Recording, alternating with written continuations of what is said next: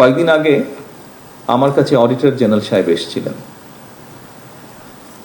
এটি আমি রাজনৈতিকভাবে উপস্থাপন করছি না, আমি বাস্তবতা তুলে ধরছি। আমি কাউকে রাজনৈতিকভাবে দোষারোপ করছি না।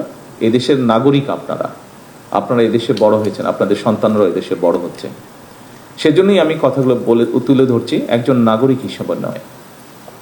অডিটর জেনারেল সাহেব যখন আসলেন, উনি আমাকে কতগুলো ওনাদের রিপোর্টের অনেকগুলো বিষয় তুলে ধরলেন। রূপপুর সম্পর্কে উনি বলেছিলেন আমাকে যে রূপপুরে স্বাভাবিকভাবে যে প্রজেক্ট হয়েছে সেখানে ফুল ফার্নিশ কোয়ার্টার তৈরি করা হয়েছে বিদেশি যারা আসবে তাদের জন্য। সেখানে বালিশ যখন কেনা হয়েছে সেই বালিশের দাম ধরা হয়েছে ৮০,০০০ টাকা। আপনি একজন স্বাভাবিক মানুষ হিসেবে চিন্তা করতে পারেন কখনো কোনো বালিশের দাম পৃথিবীতে ৮০,০০০ টাকা হতে পারে? অস্বাভাবিক একটি ব্যাপার।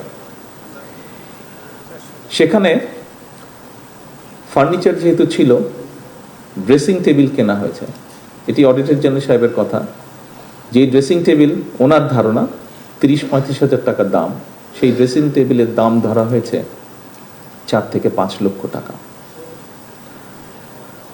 এই রূপপুর প্রকল্পটি সিমিলার প্রকল্প আমাদের পাশের একটি দেশ করেছে, তাদের লেগেছে অ্যাবাউট খুব সম্ভবত ১৪,০০০ কোটি টাকার মতন। বাংলাদেশে যে রূপপুর আণবিক এই যে রূপপুরে যে প্রকল্পটি করা হয়েছে এটির খরচ গিয়ে আলটিমেটলি খুব সম্ভবত দাঁড়িয়েছে ৯৬,০০০ কোটি টাকা। আসুন, একটি টানেল তৈরি করা হয়েছে, টানেলটির নাম কর্ণফুলী টানেল। এটি সম্পর্কে অনেকেরই আপনাদের পরিষ্কার ধারণা আছে। এই কর্ণফুলী টানেলটির খুব সময় আমি দেখিনি। কর্ণফুলী টানেলটি, এটা মিনিস্টার সাহেব বলতে পারেন, বোধহয় পার হয়ে গিয়ে ওপারে গেলে বোধহয় একটি জায়গায় কতগুলো খুব স্ট্যান্ডার্ড বেশ লাক্সারিয়াস সর্ট অফ অ্যাপার্টমেন্ট বা বিল্ডিং তৈরি করা হয়েছে, যার কোনো প্রয়োজন ছিল না। এখানে কয়েক শত কোটি টাকা খরচ হয়েছে।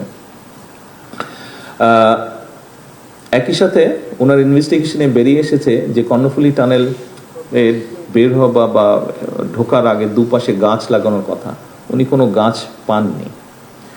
এই গাছের জন্য ৫০ কোটি টাকা তুলে নিয়ে চলে গিয়েছে, অথচ উনি কোনো গাছ পাননি।